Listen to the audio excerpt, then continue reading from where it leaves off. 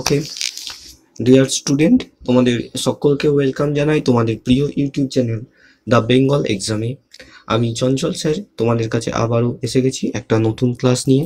ওকে, আজকে আমাদের যে ক্লাসটা হবে সেটা হবে ডব্লিউবি টেট এক্সাম 2024কে কেন্দ্র করে সিডিপির উপর class. Okay, CDP child development and পেডাগোগির উপর ক্লাস। এই ক্লাসটা হচ্ছে আমাদের 9 নম্বর ক্লাস। এর আগে কিন্তু অলরেডি আমাদের 8টা ক্লাস হয়ে গেছে।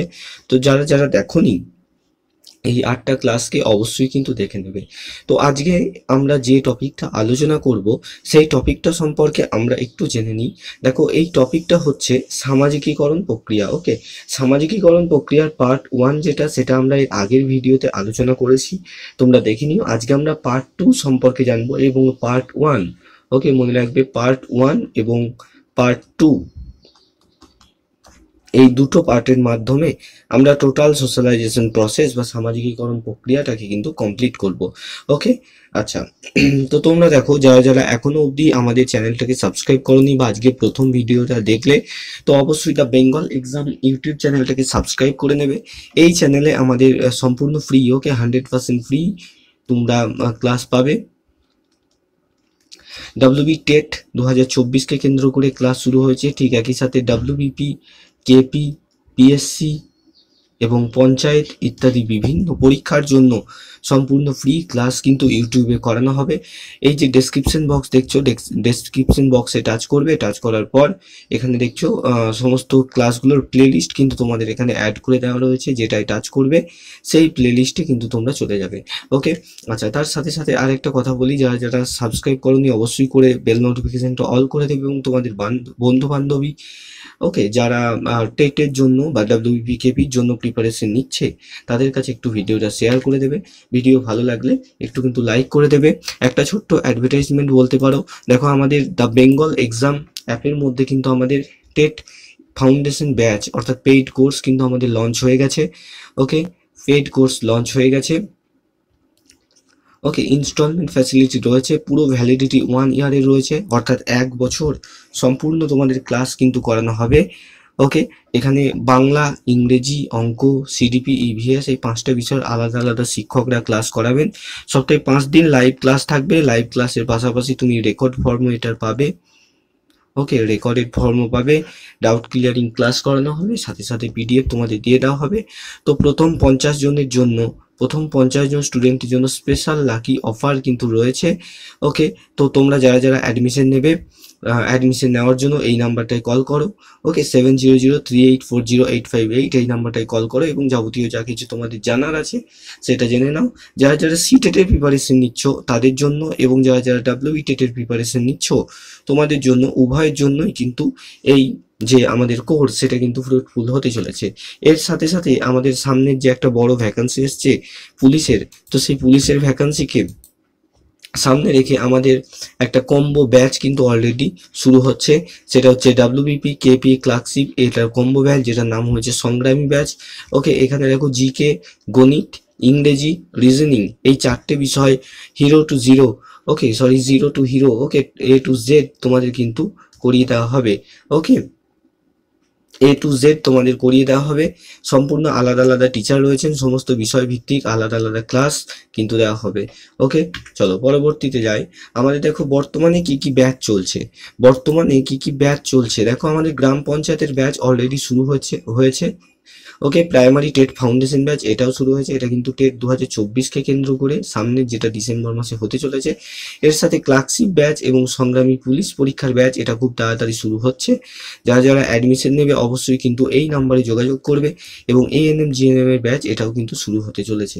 ওকে, চলো পরবর্তীতে এবার দেখা যাক আমাদের আজকের আলোচনার বিষয় সম্পর্কে। দেখো, আমরা আজকে যেটা থেকে শুরু করব সেটা হচ্ছে সামাজিকীকরণের মাধ্যম বা এজেন্সিস অফ সোশ্যালাইজেশন। দেখো, এর আগের দিন ক্লাসে আমরা সামাজিকীকরণ কাকে বলে, কিভাবে সামাজিকীকরণ হয়, ওকে সামাজিকীকরণের বিভিন্ন বৈশিষ্ট্য, হ্যাঁ এই সমস্ত কিছু কিন্তু জেনে এসেছি। তাই এগুলো কিন্তু আমি আর আজকে ডিসকাস করছি না।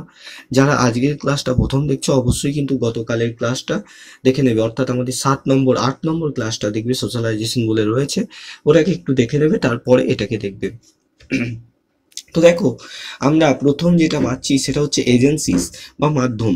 তো এই যে মাধ্যম বা এজেন্সিস, এই কথার অর্থ কি? এজেন্সি অর্থাৎ কোনো একটা কিছুর মধ্যে দিয়ে যেটা ঘটে।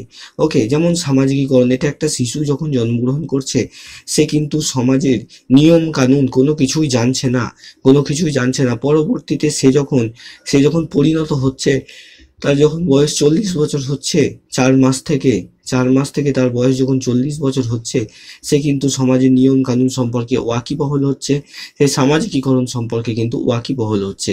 এই যে কয়েকটা স্টেপের মাধ্যমে একটা শিশু, এই যে 4 মাসের বয়সী শিশুটা 40 বছর বয়স যখন তার হলো, তখন সে সমাজের বিভিন্ন নিয়ম কানুন সম্পর্কে ওয়াকিবহল হলো, সমস্ত কিছু জানতে পারলো। এই যে ঘটনাটা, এটাকেই বলা হচ্ছে সামাজিকীকরণ প্রক্রিয়া। আর যাদের মাধ্যমে সামাজিকীকরণ প্রসেসটা ঘটছে, অর্থাৎ যারা যারা যে বস্তু বা ব্যক্তি শিশুকে এই যে ম্যাচিওর করে তুলছে সমাজের বিভিন্ন নিয়ম কানুন সম্পর্কে, তাদেরকেই আমরা কিন্তু সামাজিকীকরণের মাধ্যম বলি। এটাকেই সিটেটে তোমরা এজেন্সিস ও সোশ্যালাইজেশন নামে পেয়ে যাবে। ওকে, আশা করি এটা ক্লিয়ার হলো। যদি কোনো অসুবিধা থাকে অবশ্যই কমেন্ট করবে। ওকে, এবার দেখো, আমাদের এই যে এজেন্সিস অফ সোশ্যালাইজেশন রয়েছে, এর মধ্যে মূলত কি কি রয়েছে? মূলত মনে রাখবে, সবার প্রথম এবং সব থেকে গুরুত্বপূর্ণ যেটা রয়েছে সেটা হচ্ছে ফ্যামিলি বা পরিবার। ওকে, ফ্যামিলি বা পরিবার বা শিশুর গৃহ। ওকে, 3 বছর বয়স পর্যন্ত শিশু কিন্তু পরিবারের মধ্যেই থাকে, এবং তার যাবতীয় সামাজিকীকরণ কিন্তু এই পরিবারের হাত থেকেই শুরু হয়। পরিবারের মায়ের হাত ধরে কিন্তু শিশুর সামাজিকীকরণ শুরু হচ্ছে। ওকে, তারপরে আসছে দেখো নেবারহুড, অর্থাৎ তার পাড়া প্রতিবেশী, তার আশেপাশে যারা থাকছে, ওকে, তার আশেপাশের সম্প্রদায়, কমিউনিটি, এদের হাত ধরেও কিন্তু শিশু সামাজিকীকরণ শুরু হচ্ছে। তৃতীয়ত মোস্ট ইম্পর্টেন্ট একটা, সেটা হচ্ছে দল। ওকে, এটাকে বাংলাতে শিশুর দল বলা হয়, খেলার সাথী বা দল, যেটাকে পিয়ার গ্রুপ বলা হচ্ছে। পিয়ার গ্রুপের সাথে শিশু কিন্তু জীবনের একটা বয়স 8 থেকে 9 বছর বয়স থেকে কিন্তু সে গ্যাং তৈরি করছে, যেটাকে আমরা গ্যাং এজ বলে জানি। ওকে, যেটাকে আমরা গ্যাং এজ বলে জানি। এই যে গ্যাং তৈরি করছে, এর ফলে কি হচ্ছে, সে দলের সাথে মিশছে, সে এখন আর একাকিত্ব অনুভব করছে না, বা সে একা একা খেলাধুলা কিন্তু করছে না। সে এখন কি করছে, সে এখন দলের অন্যান্য সদস্যদের সাথে মিলেমিশে থাকছে, খেলাধুলা করছে, এবং যাবতীয় সমাজের বিভিন্ন নিয়ম কানুন, আচার আচরণ, শৃঙ্খলা, সমস্ত কিছুকে সে দলের থেকে কিন্তু শিখছে। ওকে, বিভিন্ন নিয়ম কানুনকে মানতে শিখছে এবং অন্যান্য মানুষদের সম্মান দিতে সমস্ত কিছুই শিখছে। তবে মনে রাখবে একটা কথা, যে এই যে দল রয়েছে বা পিয়ার গ্রুপ রয়েছে, এই দল থেকে একজন শিশু যেমন কিছু ভালো গুণ অর্জন করে, অ্যাকোয়ার করে, ঠিক সেরকম খারাপ গুণও কিন্তু অ্যাকোয়ার করে।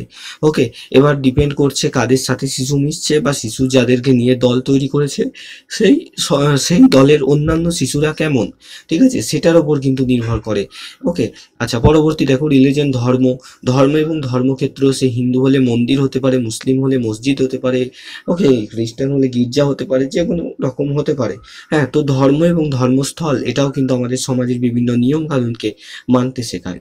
ওকে, পরবর্তী দেখো কালচার অর্থাৎ সংস্কৃতি। স্কুলও কিন্তু একটা সেকেন্ডারি এজেন্সি অফ সোশ্যালাইজেশনের মধ্যে পড়ে, যেটাও খুব বেশি গুরুত্বপূর্ণ। ওকে, আর সপ্তমত হচ্ছে মাস মিডিয়া। ওকে, মাস মিডিয়া, এই যে মিডিয়া কিভাবে সামাজিকীকরণ করে সেটাও আমরা জানবো। দেখো, এবার দেখো সামাজিকীকরণের বিভিন্ন মাধ্যম।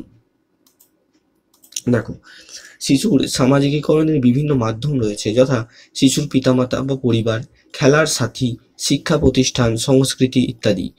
নিম্নে সামাজিকীকরণের মাধ্যমগুলোকে বর্ণনা করা হলো। দেখো, সবথেকে প্রথম সেটা হচ্ছে পরিবার বা ফ্যামিলি। মনে রাখবে, ফ্যামিলিকে বলা হয় প্রাইমারি এজেন্সি অফ সোশ্যালাইজেশন। ওকে,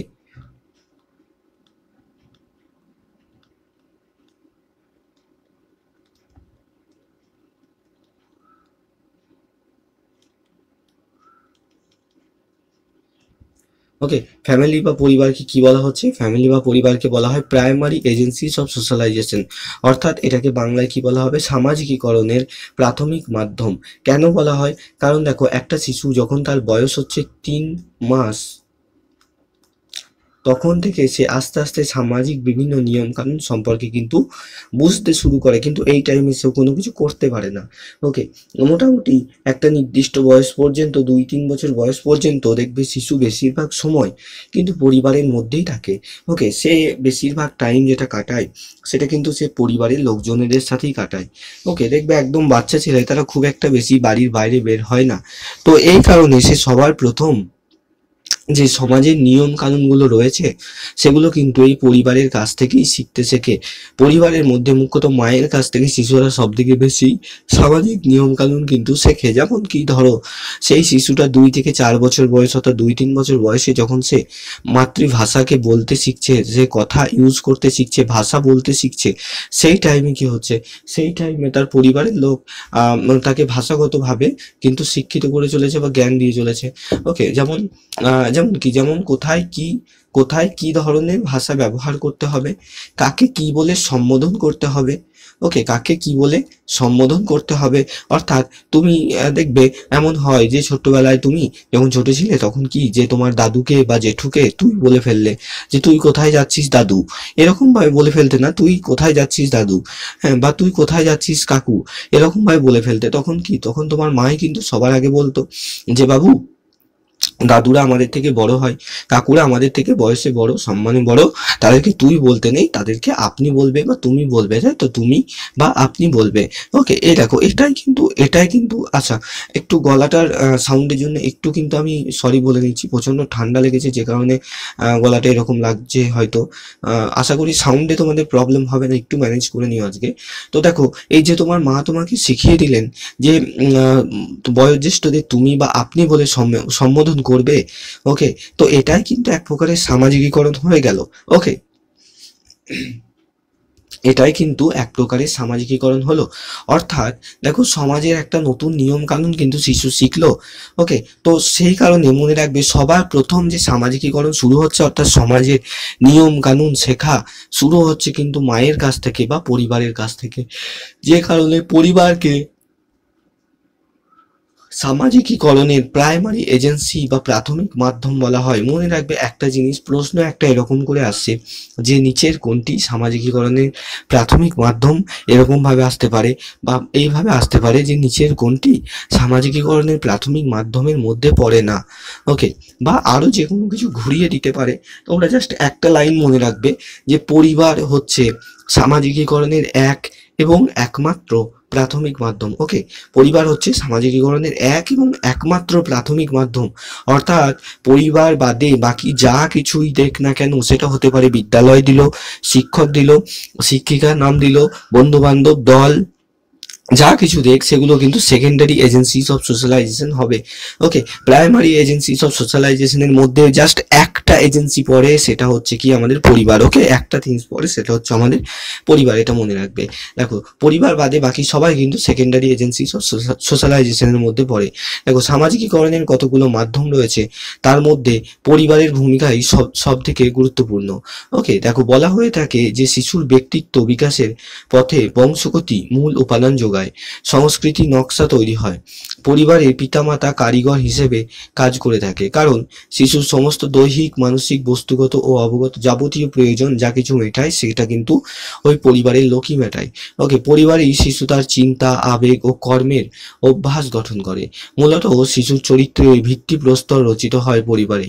কিভাবে কথা বলতে হয়, এই যেটা বললাম যে কিভাবে কথা বলতে হয়, অর্থাৎ কাকে কেমন ভাবে সম্বোধন করতে হয়, কাকে কেমন সম্মান দিতে হয় ইত্যাদি, এই সমস্ত কিছু শিশু কিন্তু পরিবারের কাছ থেকেই শেখে।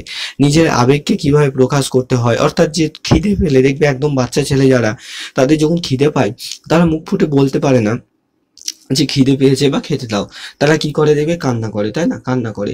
ওকে, পরবর্তীতে কিন্তু পরিবারের থেকেই সে এই শিক্ষাটা পায় যে যখন খিদে পায় বা তার মধ্যে এইরকম খিদে, ওকে, ক্ষুধা, তৃষ্ণা, ঘুম ইত্যাদি আবেগ যেগুলো আসে, সেগুলো যেন মুখ ফুটে বলতে পারে যে আমার এখন ঘুম পাচ্ছে, আমার এখন খিদে পেয়েছে, আমার এখন পিপাসা পাচ্ছে, এগুলো, এই সমস্ত কিছু কিন্তু শিশু এই পরিবার থেকেই শেখে। যে কারণে পরিবারকে আমাদের কিন্তু প্রাথমিক মাধ্যম হিসাবে গণ্য করছে। ওকে, আশা করি এতদূর অবধি ক্লিয়ার হলো। যদি কোনো ডাউট থাকে অবশ্যই কিন্তু কমেন্টে জানাবে।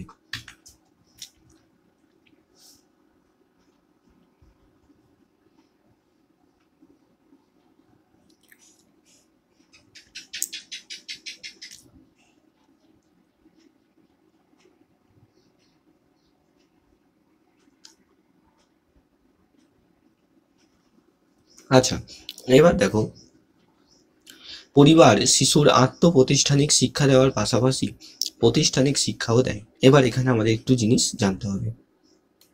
দেখো, তো এই যে শিক্ষা কথাটা শুনছি, এই শিক্ষা কিন্তু অ্যাকচুয়ালি দুই প্রকারের হয়। ওকে, অ্যাকচুয়ালি দুই প্রকারের হয়। একটাকে বলা হয় প্রথাগত শিক্ষা,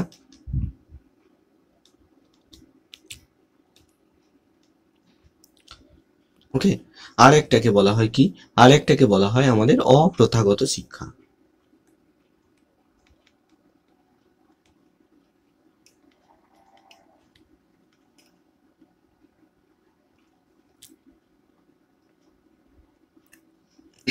এবার দেখো এই দুটোর মধ্যে কি তফাৎ বা কি মিল রয়েছে আমাদের একটু জানতে হবে। তো এই যে প্রথাগত শিক্ষা রয়েছে সেটা হচ্ছে কি, আমি তুমি আমরা সবাই মূলত যে ধরনের শিক্ষাকে শিক্ষা বলে জানি, অর্থাৎ এর মধ্যে বুকস থাকবে, বই থাকবে, ওকে, পুস্তক কেন্দ্রিক হবে, স্কুলে গিয়ে শিখবে তুমি, স্কুল থাকবে, স্কুলে গিয়ে শিখবে, ওকে, শিক্ষক থাকবে, শিক্ষিকা থাকবেন, শিক্ষক শিক্ষিকা থাকবেন, ওকে, নির্দিষ্ট একটা সিলেবাস থাকবে, ওকে, নির্দিষ্ট একটা সিলেবাস থাকবে, নির্দিষ্ট সময় থাকবে। যেমন যখন তুমি ক্লাস 8-এ পড়তে, তো তখন একটা নির্দিষ্ট সময় ছিল যে একটা বছর, 1 বছরের মধ্যে কিন্তু ক্লাস 8-এর সিলেবাস শেষ করতে হতো এবং তারপর তুমি ফাইনাল পরীক্ষা দিয়ে 9-এ উঠতে। ওকে, অর্থাৎ নির্দিষ্ট সময় বা একটা নির্ঘণ্ট, এটাকে নির্ঘণ্ট বলে অনেক সময় প্রশ্নে উল্লেখ করে দেয়। ওকে, নির্ঘণ্ট, একটা নির্দিষ্ট নির্ঘণ্ট বা সময় থাকবে এবং সবথেকে ইম্পর্টেন্ট মূল্যায়ন ব্যবস্থা থাকবে। ওকে, মূল্যায়ন ব্যবস্থা থাকবে। অপরদিকে অপ্রথাগততে কি, অপ্রথাগততে এগুলো এগুলো কিছুই থাকবে না। ওকে, এগুলো কিছুই থাকবে না। এবার দেখো আর একটু উদাহরণ দিলে আশা করি ক্লিয়ার হয়ে যাবে। তো তুমি যে পাঠ্যপুস্তক কেন্দ্রিক পড়াশুনো করছো সেগুলো প্রথাগত শিক্ষা, আমরা সবাই করছি। হ্যাঁ, যে পড়াশুনো করা, তারপরে একটা পরীক্ষা দেওয়া, স্কুলে টিচাররা থাকবেন তারা পড়াবেন, টিউশন টিচাররা থাকবেন তারা পড়াবেন, একটা নির্দিষ্ট সিলেবাস বা কারিকুলাম রয়েছে। ওকে, সেই কারিকুলামের এগেনস্টে একটা সময় দেওয়া হবে নির্দিষ্ট, সেটা হতে পারে 1 বছর বা কিছুটা, যে সময়ের মধ্যে একটা নির্দিষ্ট টাইম থাকবে, সেই টাইমের মধ্যে ওই সিলেবাসটা তোমাকে কমপ্লিট করতে হবে। এগুলো প্রথাগত শিক্ষা, যেগুলো আমরা পাঠ্যপুস্তক কেন্দ্রিক বলে থাকি। অপরদিকে দেখো জাল বোনা, ওকে, জাল যেটা দিয়ে মাছ ধরা হয়, ধরো এই জাল বোনা বা জাল তৈরি করা, ওকে, সোয়েটার তৈরি করা, সোয়েটার তৈরি, ওকে, মাটির পাত্র তৈরি, দেখো মাটির পাত্র তৈরি,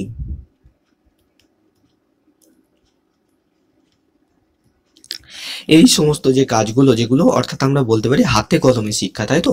আমাদের এগুলোকেই বুনিয়াদী শিক্ষা নামে আমরা পড়বো পরবর্তীতে। ওকে, গান্ধীজির বুনিয়াদী শিক্ষা, চরকায় সুতো কাটা, ওকে, ইত্যাদি। এই ধরনের শিক্ষাগুলো হচ্ছে অপ্রথাগত শিক্ষা। একটু ভালো করে দেখো যে এই যে ধরো এটা একটা ছেলে ওয়াই, এর নাম হচ্ছে ওয়াই, সে একটা ফ্যামিলিতে জন্মগ্রহণ করেছে যার ফ্যামিলিতে সবাই কি, সবাই জেলে, ওকে, সবাই জেলে বা ফিশারম্যান। ওকে, তো সে তার দাদু তাকে কি করছে, তার দাদু তাকে জাল তৈরি করা শেখাচ্ছে বা জাল বোনা শিখিয়ে দিচ্ছে, ওকে, বা মাছ ধরা শেখাচ্ছেন। ওকে, বা দেখবে অনেক আমাদের মা বোন দিদিরা কিন্তু শীতের সময় আগে দেখবে বিশেষ করে ঠাকুরমা বা জেঠুরমা এরা যারা থাকে তোমাদের, দেখবে আগে কি হতো, উল নিয়ে আসা হতো কিনে দোকান থেকে, এবং শীতের সময় সূচে করে সোয়েটার তৈরি করতো, তাই না? তারা দেখবে সোয়েটার তৈরি করতো। এই যে জিনিসটা, এগুলো হচ্ছে অপ্রথাগত শিক্ষা। দেখো এর নির্দিষ্ট কোনো পাঠ্যপুস্তক নেই, এর নির্দিষ্ট কোনো পরীক্ষা হয় না,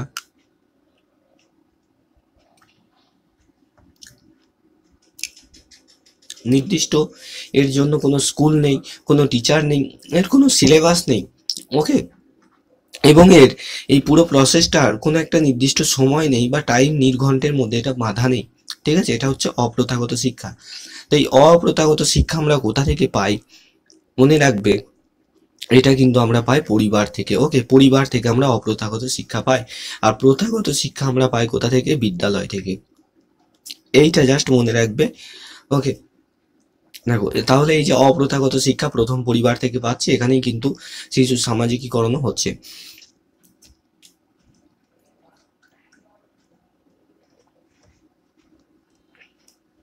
এবার এদিকে একটু দেখবে, দেখো এই যে একটা পরিবারে শিশুর সামাজিকীকরণ কেমন হবে, আমরা তো এটা জানলাম যে একটা শিশুর সামাজিকীকরণ সবার প্রথম পরিবারে শুরু হচ্ছে।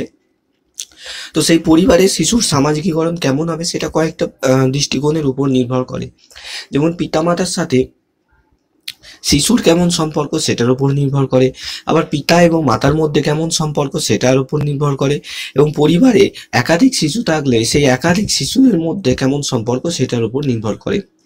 এখানে আমাদের 3 প্রকারের পরিবার সম্পর্কে জানতে হবে। ওকে, কত প্রকার? 3 প্রকারের পরিবার, 3-4 প্রকারের পরিবার সম্পর্কে আমরা জানবো। ওকে, চলো এর পরবর্তীতে আমরা জানি এটা।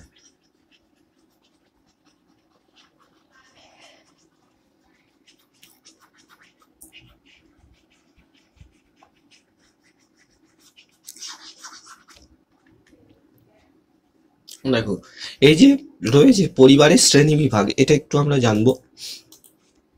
দেখো, পরিবারে শিশু এবং অভিভাবকদের মধ্যে সম্পর্ককে ভিত্তি করে পরিবারকে কয়েকটি ভাগে ভাগ করা যায়। কটা? 4টে ভাগে। ওকে, দেখো মূলত মূল ভাগ কিন্তু এই যে স্বৈরাচারী, গণতান্ত্রিক এবং এই যে নেগলেক্টফুল, এটা মূল। কোনো কোনো জায়গায় তোমরা এই 3 নম্বর প্রশ্রয়দানকারীটাও পেয়ে যাবে। ওকে, তাই আমি এটাকেও অ্যাড করে দিচ্ছি। আচ্ছা, দেখো পরিবার বিভিন্ন রকমের হয়, জাস্ট বাস্তব উদাহরণে বুঝবে। দেখো, হতে পারে তোমার পরিবারের বাবা মা এমন যে তোমাকে সব কিছুতেই পারমিশন দিয়ে দেয়, যে তুমি এটা করবে, হ্যাঁ করো। তুমি বললে যে আমি বন্ধুদের সাথে দীঘা ঘুরতে যাবো, ঠিক আছে যাও।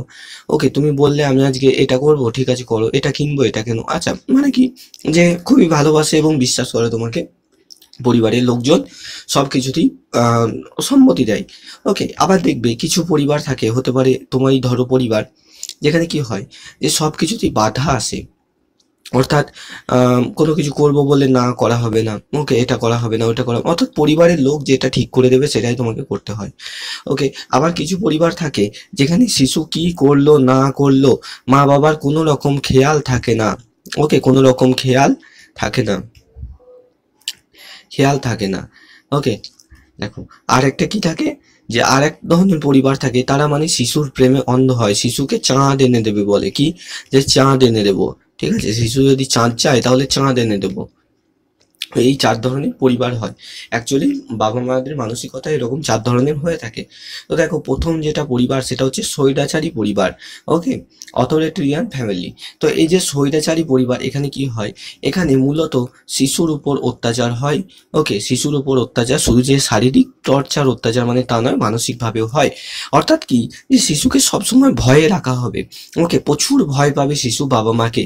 এমনকি দেখবে এমন এমন এক শিশু থাকে যারা হয়তো সাইকেল চালাতে চালাতে পড়ে গেছে, তার হাঁটুটা ছিঁড়ে গেছে। ওকে, আমার চোখে দেখা, তোমরা হয়তো দেখে থাকবে। সে কিন্তু ভয়ে বাড়িতে মাকে বা বাবাকে বলতে পারছে না যে আমার হাঁটুটা ছিঁড়ে গেছে, প্রচণ্ড ব্যথা করছে, আমাকে ওষুধ লাগিয়ে দাও। সেটা সে ভয়ে বলতে পারছে না, কারণ হচ্ছে একটাই, সে জানে যে আমি যদি বলি যে আমি সাইকেল চালাতে গিয়ে পড়ে হাঁটুটা ছিঁড়ে ফেলেছি, তাহলে আমাকে মা বা বাবা আরও মারবে। ওকে, এই ধরনের পরিবারগুলো হচ্ছে স্বৈরাচারী পরিবার, যারা শিশুদের উপর অত্যাচার করে। অর্থাৎ মেন কথা, শিশুদেরকে খুব খুব বেশি শাসনে রাখতে চায়, যেটা শিশুদের ব্যক্তিত্ব বিকাশের ক্ষেত্রে কিন্তু সাংঘাতিক রকম ক্ষতিকর। ওকে, ওই শিশুটাই যখন বড় হবে তার ব্যক্তিত্ব আলাদা রকমের হবে। ওকে, আচ্ছা, দ্বিতীয়ত হচ্ছে কি, গণতান্ত্রিক পরিবার। দেখো, গণতান্ত্রিক পরিবার কোনগুলো, এই ধরনের পরিবারে শিশুর মতামতকেও গ্রাহ্য দেওয়া হবে, আবার পিতামাতার মতামতকেও গ্রাহ্য দেওয়া হবে।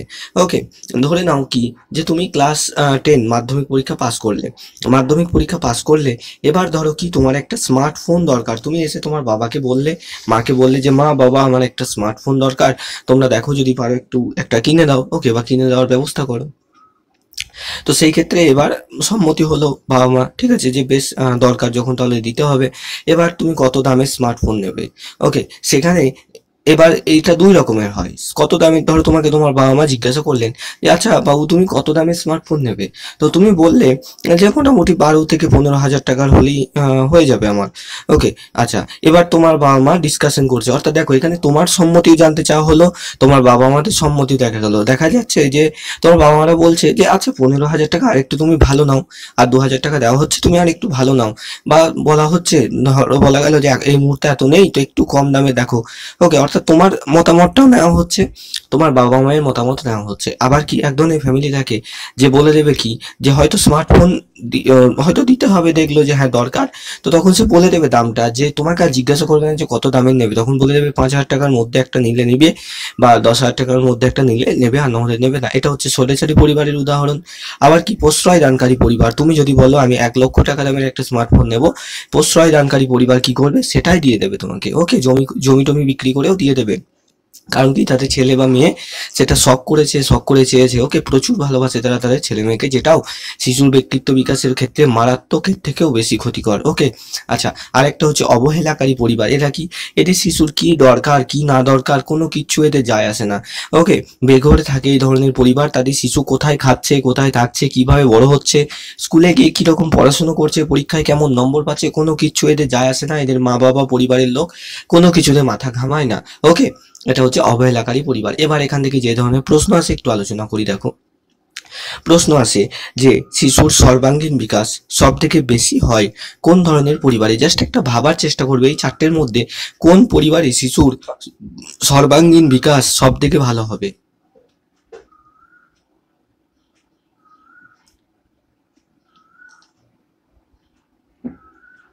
আচ্ছা দেখো, আমরা দেখি বুঝতে পারছি কি যে এই যে স্বৈরাচারী পরিবার সেটা তো হতে পারে না, আমরা দেখলাম। ওকে, এটা ভালো হতে পারে না। ওকে, প্রশ্রয় দানকারী, এটাতে শিশু কি হয়, আদরে বাঁদর হয়ে যায়, যে কথাটা আছে না ওরকম। ওকে, নেগলেক্টফুল, এটাও হতে পারে না, বাবা মা কোনো রকম খোঁজ খবর নেয় না। তো মনে রাখবে এই যে গণতান্ত্রিক পরিবার, ওকে, ইংরেজিটা আমরা অনেক সময় তুলে দেয় অথরিটেটিভ। ওকে, বা গণতান্ত্রিক পরিবার, এই গণতান্ত্রিক পরিবার বা অথরিটেটিভ ফ্যামিলিতে কিন্তু শিশুর যে বিকাশ সেটা সব থেকে বেশি হয়। ওকে, সর্বাঙ্গীন বিকাশ সব থেকে বেশি হয়।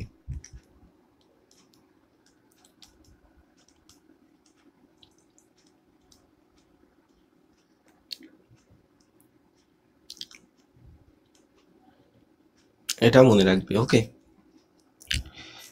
চলো পরবর্তীতে যাই। পরবর্তীতে আসছি আমরা খেলার সাথী। তো দেখো, খেলার সাথী এটা যেটা পিয়ার গ্রুপ, একই ব্যাপার। খেলার সাথী অর্থাৎ শিশুর দেখবে যখন 8-9 বছর বয়স হয় তখন সে একটা দল তৈরি করে। ওকে, সেখানে কয়েকজন তার বন্ধু বান্ধবী থাকে একই বয়সের, যারা কি করে, যারা তার সাথে একসাথে খেলা করে। ওকে, এরাই হচ্ছে শিশুর খেলার সাথী। ওকে, দেখো তাদের সাথে কি করে, তাদের সাথে যখন শিশু খেলছে তখন বিভিন্ন নিয়ম কানুন কিন্তু সে মানতে শিখছে। ওকে, ধরো ক্রিকেট খেলছে, সে ক্রিকেট খেলছে, এই টাইমে যে উইকেট আছে, উইকেটের মধ্যে বল এসে হিট হলো এবং উইকেট পড়ে গেল, অর্থাৎ সে কি হলো, সে আউট হয়ে গেল। ওকে, এবার দেখো আউট হয়ে যাওয়ার পর দেখেছো যে কোনো শিশু ব্যাটটা ছাড়ছে না। ওকে, আচ্ছা, যদি সে নিজে বুঝতে পারে হ্যাঁ আমি আউট হয়েছি, তখন কিন্তু সে ব্যাটটা ছেড়ে দেয়। ওকে, যে সে মেনে নিল যে আমি এখন বাইরে হয়ে গেলাম, এখন অন্যজন আবার ব্যাটিং আসবে। ওকে, এর মাধ্যমে একটু ভালো করে লক্ষ্য করো, শিশু বিভিন্ন নিয়ম কানুন মানতে শিখছে। তো একদমই তাই, যে আউট হয়ে গেলে আমাকে ব্যাটটা ছেড়ে বল করতে যেতে হবে বা ফিল্ডিং করতে যেতে হবে, একটা নিয়ম কানুন কিন্তু খেলার সাথীদের সাথে খেলা করার মাধ্যমে শিশু শিখছে। ওকে, শিশু কিন্তু শিখছে। তবে দেখো এই জায়গাটাতে এটাও কিন্তু ভাইটাল একটা, যে খেলার সাথে কাদের সাথে মিশছে সেটা লক্ষ্য রাখতে হবে। দেখো, কিশোর অপরাধী হওয়ার অন্যতম কারণও কিন্তু খেলার সাথে, দেখা যাচ্ছে সে যাদের সাথে মেলামেশা করছে তারা ড্রাগ করছে, বিড়ি মদ গাঁজা ইত্যাদি খাচ্ছে। তো তাদের সাথে যখন শিশু মেলামেশা করছে, তো সেই শিশুর মধ্যেও, ওকে, তখন আমার শিশুর মধ্যেও কি হচ্ছে, এরকম খারাপ প্রবণতাগুলো আস্তে আস্তে কিন্তু আসবে। তাই খেলার সাথে গুরুত্বপূর্ণ খুবই। এখানে শিশু যেমন বিভিন্ন নিয়ম কানুন শেখে, নিয়ম কানুন বিভিন্ন, সেরকম খারাপ গুণও কিন্তু অ্যাকোয়ার করতে পারে। আচ্ছা, এবার দেখো পিয়ার গ্রুপ বা দল। ওকে, এই যে পিয়ার গ্রুপ, এটা সময়কাল মনে রাখবে 8 ইয়ার্স থেকে 9 ইয়ার্স। ওকে, 8 থেকে 9 বছর হয় এই যে পিয়ার গ্রুপের এজ। ওকে, এটাকেই বলা হয় গ্যাং এজ। গ্যাং এজ বলা হয় এই 8 থেকে 9 বছর বয়সকে। দেখো, it is informal grouping of 2 or more members more or less of the same age. অর্থাৎ এই যে একটা গ্রুপ দেখতে পাচ্ছ শিশুরা তৈরি করেছে, এই গ্রুপের যে মেম্বাররা থাকবে, হতে পারে তারা কি হবে, হতে পারে তারা সেম এজ হবে, সেম এজ হবে। ওকে, হতে পারে আর কি হবে তাহলে অল্প 2-1 বছরে ছোট বড় হতে পারে বা তাদের সমবয়সী হবে মেন কথা। দেখবে ছোটবেলায় যাদের সাথে খেলা করেছো তারা সবাই প্রায় সমবয়সী ছিল। ওকে, নেবার হবে অর্থাৎ প্রতিবেশী হবে। ওকে, তারা প্রতিবেশী হবে, তাদের মাতৃভাষা এক হবে। এরকম বিশেষ কয়েকটা বৈশিষ্ট্য মিলে গেলে শিশু কিন্তু তাদের সাথে বন্ধুত্ব করে এবং একটা দল তৈরি করে। ওকে, এই যে দল, এই দল শিশুর সামাজিকীকরণে সাহায্য করে, নিয়ম মানতে সাহায্য করে। ওকে, নিয়ম মানতে সাহায্য করে, আদর্শ সামাজিক ব্যক্তিত্ব কিন্তু শিশুর মধ্যে ফুটিয়ে তোলে। পরবর্তী আসছে আমাদের শিক্ষা প্রতিষ্ঠান, অর্থাৎ শিক্ষা প্রতিষ্ঠান কিভাবে আমাদের সামাজিকীকরণে প্রভাব বিস্তার করে। সামাজিকীকরণে সামাজিকীকরণের ক্ষেত্রে শিক্ষা প্রতিষ্ঠানের ভূমিকা খুবই গুরুত্বপূর্ণ। এই শিক্ষা প্রতিষ্ঠান কিন্তু সেকেন্ডারি এজেন্সির মধ্যে আসবে, মনে রাখবে। দেখো, যদিও পরিবারের মধ্যে দিয়ে শিশুর যে সামাজিকীকরণ সেটা শুরু হয় এবং বিদ্যালয়ের মাধ্যমে সেই প্রক্রিয়া অবিচ্ছিন্নতা বজায় থাকে। অর্থাৎ 6 বছর বয়সে সেই শিশু যখন স্কুলে চলে যাচ্ছে তখন সে কিন্তু স্কুলে গিয়ে আবার বিভিন্ন নতুন নিয়ম কানুন শিখছে যে হ্যাঁ, প্রার্থনা সভাতে জুতো পরে ঢুকতে নেই। ওকে, পরিষ্কার পরিচ্ছন্ন হয়ে আসতে হয়, প্রতি সপ্তাহে একবার করে নখ কাটতে হয়। ওকে, প্রতি মাসে একবার করে চুল কাটতে হয়। ওকে, প্রতিদিন স্নান করে পরিষ্কার জামা কাপড় পরে স্কুল আসতে হয়, প্রত্যেকদিন সকালে উঠে ব্রাশ করতে হয়। এমন একাধিক সামাজিক নিয়ম কানুন কিন্তু শিশু স্কুলে গিয়ে শিখছে। অর্থাৎ শিক্ষা প্রতিষ্ঠানও কিন্তু সেই শিশুকে বিভিন্ন সমাজের নিয়ম কানুন শেখাচ্ছে, অর্থাৎ সামাজিকীকরণে কিন্তু প্রভাব বিস্তার করছে। দেখো, সমাজের সভ্যরা যাতে সামাজিক মূল্য, সামাজিক আদর্শ, সামাজিক অভ্যেসগুলোকে আয়ত্ত করতে পারে তার জন্য প্রতিটি সমাজকে তার শিক্ষা ব্যবস্থার মাধ্যমে সমাজের প্রতিটি সভ্যতা নির্দিষ্ট ভূমিকা পালন করার জন্য শিক্ষাদান করতে হয়। দেখো, সমাজে বসবাস করতে হলে প্রত্যেক ব্যক্তিকে কতগুলো দায়িত্ব এবং কর্তব্য পালন করতে হয়। ব্যক্তিদের মধ্যে এই যে দায়িত্ববোধ ও সামাজিক চেতনা, এগুলো না থাকলে এই দায়িত্ব পালন করতে তারা পারে না। শিক্ষার দ্বারাই ব্যক্তির মনে এই দায়িত্ববোধ ও সামাজিক চেতনা সৃষ্টি করা যেতে পারে। বিভিন্ন শিক্ষা প্রতিষ্ঠান মানুষকে নানাভাবে শিক্ষাদান করে। ওকে, মানুষের সামাজিকীকরণ প্রক্রিয়া সার্থক করে তোলে। তাছাড়া শিক্ষা প্রতিষ্ঠানের আচার অনুষ্ঠান, আইন কানুন, পাঠ্যপুস্তক, শিক্ষক শিক্ষিকা শিশুর মনে মূল্যবোধ সৃষ্টিতেও কিন্তু গুরুত্বপূর্ণ ভূমিকা পালন করে। ওকে, আচ্ছা, এবার দেখো গণমাধ্যম অর্থাৎ মিডিয়া বিভিন্নভাবে সামাজিকীকরণে প্রভাব বিস্তার করে। ওকে, যেমন কি যেমন ধরো বেতার, যেমন সংবাদপত্র, ম্যাগাজিন, বেতার, টেলিভিশন, বেতার অর্থাৎ রেডিও, ওকে, চলচ্চিত্র, এগুলো কিন্তু সামাজিকীকরণে গৌণ ভূমিকা পালন করে। এই গৌণ ওয়ার্ডটাকে খেয়াল রাখবে। মুখ্য ভূমিকা কে পালন করছে? মুখ্য ভূমিকা পালন করছে কিন্তু পরিবার। ওকে, মুখ্য ভূমিকা যদি প্রশ্ন আসে উত্তর করবে পরিবার। দেখো, বেতার বা রেডিও, বেতার যন্ত্র আজকাল সহজলভ্য হওয়ায় সামাজিকীকরণের ক্ষেত্রে এর ভূমিকা দিন দিন বৃদ্ধি পাচ্ছে। আমাদের দেশের গ্রামীণ জনগোষ্ঠীর বিনোদনের মুখ্য মাধ্যম হলো বেতার। সে কারণে এই মাধ্যমটি নানা ধরনের বিনোদনমূলক ও শিক্ষামূলক অনুষ্ঠান প্রচারের মাধ্যমে ব্যক্তির সামাজিকীকরণের ক্ষেত্রে অবদান রাখতে পারে। অর্থাৎ কি, ধরো তুমি তুমি কি যে খবরে কোনো একটা কিছু শুনলে। ওকে, খবরে কোনো একটা কিছু, রেডিওতে একটা খবর শুনছো যেখানে বলা হচ্ছে কি যে একজন ব্যক্তি সে কি করেছে, সে কারো একটা ঘরে কি করছে, চুরি করতে গেছে এবং ধরা খেয়েছে। তারপর পুলিশ তাকে এত টাকা জরিমানা এবং এত বছরের জেল দিয়েছে বা এই শাস্তি দিয়েছে। ওকে, এটা তুমি ধরো দেখলে এবং তুমি একদম বাচ্চা মানুষ হয়েও কিন্তু তখন শিখে গেলে যে এই যে চুরি করা এটা খারাপ কাজ, চুরি করলে কিন্তু শাস্তি পেতে হয়। ওকে, তাহলে বলো এই যে বেতার বা রেডিও এটাকে তোমার সমাজের একটা নতুন নিয়ম কানুন শেখাতে সাহায্য করলো? তো অবশ্যই করলো। ওকে, তাহলে এই যে বেতার, টেলিভিশন, এগুলো কিন্তু এইভাবে কিন্তু আমাদের সামাজিকীকরণের এজেন্সি হিসাবে কাজ করে। তবে মনে রাখবে এগুলো মুখ্য এজেন্সি নয়, এগুলো কিন্তু গৌণ এজেন্সি। ওকে, দেখো, দর্শন ও শ্রবণ ইন্দ্রিয়ের মাধ্যমে একই সাথে তথ্য সংগৃহীত হওয়ার অন্যান্য গণমাধ্যমের তুলনায় টেলিভিশনে পরিবেশিত হওয়া সামাজিকীকরণের ক্ষেত্রে অধিক কার্যকর ভূমিকা কিন্তু পালন করে। ওকে, এটা আসছে টেলিভিশন আর ওপরেরটা আসছে বেতার। ঠিক আছে, তাহলে আমরা দেখো আজকে সামাজিকীকরণের বিভিন্ন এজেন্সি সম্পর্কে বললাম। আশা করি বুঝতে পেরেছো, কোনো রকম অসুবিধা হয়নি। যদি কোনো রকম অসুবিধা হয় তাহলে অবশ্যই কমেন্টে জানাবে। ঠিক আছে, তাহলে অবশ্যই কমেন্টে জানাবে। তাহলে আজকে এত দূর অবধি থাক, নেক্সট ক্লাস আমাদের পরের দিন আবার শুরু হবে। যদি কোনো রকম অসুবিধা হয় তাহলে কমেন্টে জানাবে, আর যে ইয়েটা লাগবে সেটা একটু কমেন্টে বলে দিও। ওকে, তো চলো আজকে এত দূর থাক, পরের দিন আবার নেক্সট ক্লাসে দেখা হবে।